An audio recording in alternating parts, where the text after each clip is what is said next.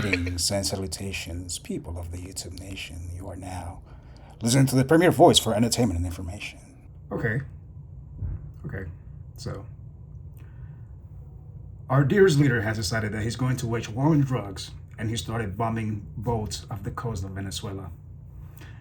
That's good and all, but at the same time, while he's saying that he's going to wage war on Venezuela because of the drugs, he just released Juan Orlando Hernandez.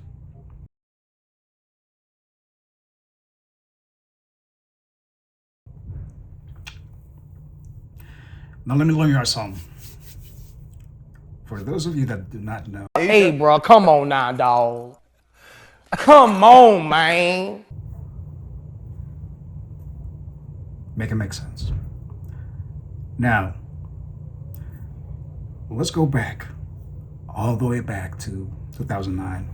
You know, a fresh-faced entrepreneur was just starting out into adulthood, you know, going to college and whatnot. Obama was just sworn into office, and he decided to appoint Hillary Clinton as the Secretary of State. Now, Hillary Clinton, in her infinite wisdom, decided that it would be good to help support a coup in Honduras. Now, ironically enough, the president of Honduras at the time was Mel Zelaya, who is the husband of outgoing President Xiomara Castro de Zelaya. You know, how time changed and how little, wait, how does it go? How things changed and how much they stay the same, right? Something like that. You get what I mean? The point that I'm trying to make is that in 2009, Mel Zelaya wanted to give back the land to the campesinos. I remember when I was a wee lad, you know, when my beard wasn't so gray, and, you know, I was still blind to the ways of mankind. No, but in all seriousness, I do remember when I was, you know, a kid, I used to go to my mom's village in Colon, you know, past Trujillo, and I remember whether it was, you know, in my dad's vehicle or it was in on a bus, I remember seeing a lot of, you know, plantains. There's a lot of fields that were nothing but plantains for miles. Everywhere I looked to the right, just mad plantains. I looked to the left, even more plantains. And I used to think to myself, who does this land even belong to? Like, who is planting all these plantains, right? So it wasn't until later when I found out that it belonged to the Standard Fruit Company, right? And for those of you that do not know, the Standard Fruit Company is actually another name for Dole Fruit Company. So in 2001, the lease for the Standard Fruit Company expired for them to grow plantains. First of all, who even gave these people 100-year lease, right? Oh man, that's a whole nother story that we could get into, but right. In 2001, the 100-year lease had expired. Now, fast forward 8 years to 2009, Mel Zelaya, you know, freshly appointed president, wanted to give the land back to the campesinos, right? The farm workers. So what ended up happening is that, you know, you can't have that, right? You can't have, you know, people having ownership of the land and democratically elected government deciding what to do with, you know, its resources. You can't have that, right? So Hillary Clinton, in all her infinite wisdom, decided that it was a good idea to help support a coup in 2009, right? In order to procure those resources. So what happens is that the Aguan Valley, that's where all these plantations are, or is that what they're called? I guess we'll just call them plantations. The Juan Valley, that's where all these plantains are grown, right? All this fruit is grown, and then it's exported into other countries where we consume these. Now, just as an aside, whenever I go to the supermarket, I want to, buy some banana, right?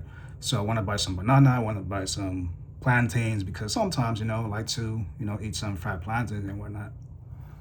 So it always annoys me whenever I go to the supermarket and I always see that little gold sticker on the plantain. I'm like, yeah, couldn't y'all get it from somewhere else? I'm wondering if this is this what's grown in Honduras and then is being sent here for me to consume. Meanwhile, my people are struggling back home. But anyway, so back to the story. What I was saying is that the United States government wanted to procure those resources, right? So that's why they backed the coup in 2009 in Honduras. Now, Mel Zelaya was ousted, even though he was a democratically elected governor, or democratically elected president, let me say. And then, everything was just chaos because it was a coup, right? So all that just went ahead and exacerbated or make things worse for a country that's already struggling with poverty and instability, right? And I say that because a lot of the times when we talk about immigration, especially in the United States, it's spoken about in the sense of, oh, these people shouldn't be coming in, they're taking out jobs. Oh, they're coming over here to, mooch off the system. I mean, first of all, which one is it? Are people coming here to take your jobs while at the same time mooching off welfare? Make it make sense, man. Pick one. No, but that aside, I say this because a few years later, we all saw those caravans of, people from Central America trying to cross the border because of everything that was happening. And me, frankly, when was it? 2 weeks ago, right? It's December when I'm making this video. 2 weeks ago, or maybe a week ago. About a week ago, when I was trying to get up for work, I looked at my watch, right? Because, we usually check the weather app, and must have been like 17 degrees Fahrenheit. That's not even taking wind chill into account, right? Hell no, to the no, no, no. Yeah, to the no, hell to the no. Yo, I got up, fam. I got up and I had on like heat tech, right? Like I have on right now. I had put 2 layers of heat tech. I put my pants on underneath. And when I got to work, my knees were aching me. Like, I'm not that old, right? I shouldn't be having like early onset arthritis, hopefully not, but the point being is that I'm not made for the cold. Like, I sure wish I was back home chilling, sipping on a piña colada, taking sun by the beach. But it's difficult for me, right? And it's difficult for a lot of people. I had the fortune of, being able to fly here and then get my documents and whatnot, but a lot of people don't have that luxury, right? And they do what they have to do. So, because there's literally nothing for us back home. I wouldn't say that. There's stuff, but it's hard to make it. Now, I say that because, well, it's my train of thought. What was I saying? A lot of things that I wanted to get off my chest, but the thing that I was saying was in regards to how a lot of people are, trying to cross here. And speaking for me, I'm sure a lot of people feel the same way. I would rather be back home, right? We're not meant for this weather, but we have to work here in order to survive, right? So That's what it goes down to. And if the United States would stop, that's what I was saying. That's what I wanted to say.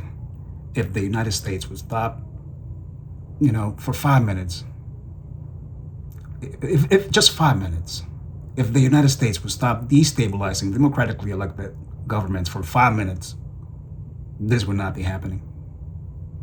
This would not be happening because people are coming here because they think there's a lot of opportunities, right? The United States is the land of opportunities. And their governments are being destabilized for profit, for the benefit of multinational corporations. So that's what's happening. And some of you are saying, oh, why should I care? First of all, a lot of the same things that are happening in Honduras, in Venezuela, are happening here, right?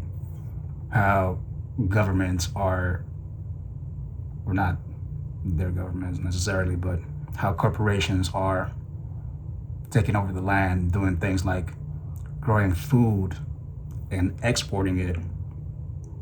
And that's doing two things. First of all, it's preventing the food from being grown there that people can actually eat. And also is making it so that you have to actually export food from outside that's actually costlier or more expensive than what could be locally produced. So a lot of what's happening here as well is that a lot of the things that we consume, right, they are being made more expensive because of tariffs, because of all these things that are interconnected. So, Hey folks, editing entrepreneur here. The point that I was trying to make earlier and it got lost in the sauce is that a lot of these multinational corporations are taking over land that belongs to the people, where people live and work and whatnot. And they're taking over that land and making it profitable for them, whatever that form takes. And right now, a lot of it has to do with data centers, right? Or data centers. And they're taking over the land, polluting it, polluting the soil, polluting the air, polluting the water. And not only do we have to live with the health effects of that, but we also have to foot the bill for the electricity. We have to foot the bill for the water.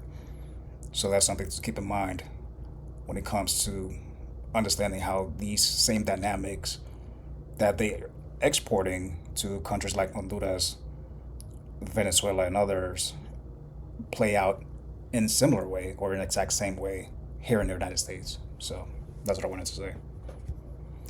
And yeah. that's all I wanted to say, at least for right now. So hopefully y'all learn something. I'll see you next time.